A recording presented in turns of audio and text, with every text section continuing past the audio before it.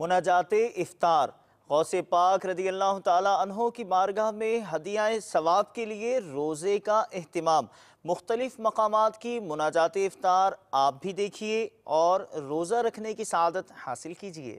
روتا ہوا جس دم میں در یار پہ پہنچوں، اس وقت مجھے جلوہ محبوب دکھا دے۔ آقا علیہ الصلوۃ والسلام کی حیات پاک میں دعائیں ہیں۔ اپنے رب سے لو لگا کے رکھی ہمارے آقا نے۔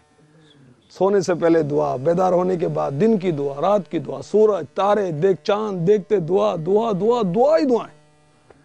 اور واقعی ہم اپنے ذاتی معاملات، تنظیمی معاملات، گھریلو معاملات، جتنے معاملات ہیں اپنے رب سے مناجات کرتے رہیں، اپنے رب کو پکارتے رہیں۔ حب دنیا سے تو بچا یا رب، عاشق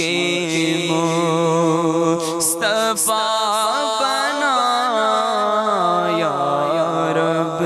ایک دفعہ حضرت سیدنا غوث العظم رضی اللہ تعالیٰ عنہ بعض اہل مجلس سے خطاب فرما رہے تھے کہ اتنے میں بارش ہونے لگی۔ آپ نے آسمان کی طرف نظر مبارک اٹھا کر بارگاہ رب العالمین میں عرض کی، اے اللہ، میں تیرے لیے لوگوں کو جمع کرتا ہوں اور تو ان کو منتشر کرتا ہے۔ آپ کا یہ کہنا ہی تھا کہ مدرسہ پر بارش کا برسنا موقوف ہو گیا اور اس کے ارد گرد یعنی مدرسے کے ارد گرد بارش ہونے لگی، لیکن اس مدرسے کے اوپر بارش موقوف ہوئی۔ یا رب ہمیں دیوانہ مدینے کا بنا دے، صحرائے مدینہ مجھے آنکھوں سے دکھا دے۔